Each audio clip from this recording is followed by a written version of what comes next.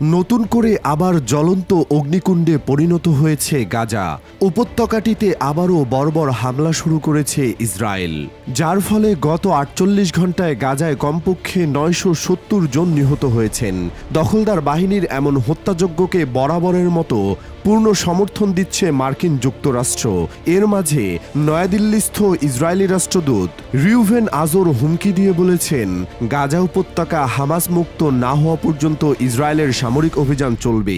একই সঙ্গে তিনি ফিলিস্তিনি স্বাধীনতাকামী সংগঠনটির সামনে দুটি পথ খোলা রয়েছে বলে উল্লেখ করেন।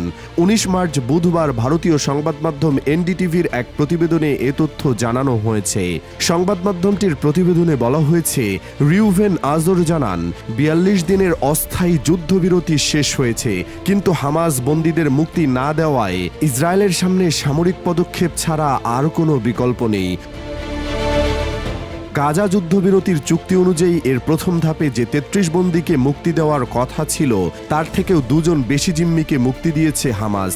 বিপরীতে নির্ধারিত সংখ্যক ফিলিস্তিনি বন্দীর মুক্তি দিতেই গড়িমসি করে বর্বর ইসরায়েল।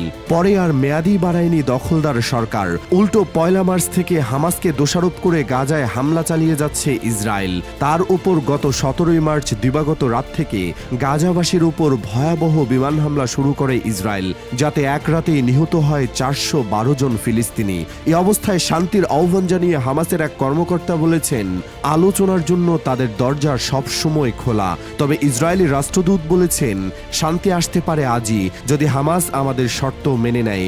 এক্ষেত্রে তিনি দুটি প্রধান শর্তের কথা উল্লেখ করেছেন। প্রথম শর্ত, সব বন্দীকে মুক্তি দিতে হবে। দ্বিতীয় শর্ত, হামাসকে সম্পূর্ণ নিরস্ত্র হতে হবে, যাতে তারা আর কখনো ইসরায়েলে হামলা চালাতে না পারে।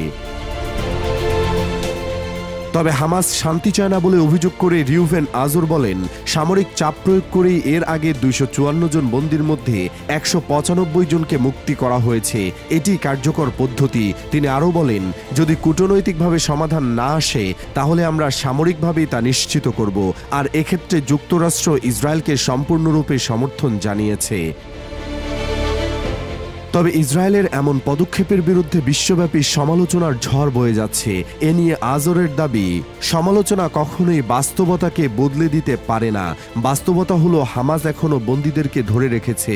শুধু ইসরায়েলিদেরই নয়, বরং সমগ্র ফিলিস্তিনি জনগণকেও তারা জিম্মি করে রেখেছে। তিনি আরও অভিযোগ করে বলেন, হামাস আন্তর্জাতিক সাহায্য নিজেদের দখলে নিচ্ছে এবং তা ফিলিস্তিনি জনগণের কাছে বিক্রি করছে, যা সম্পূর্ণ অগ্রহণযোগ্য।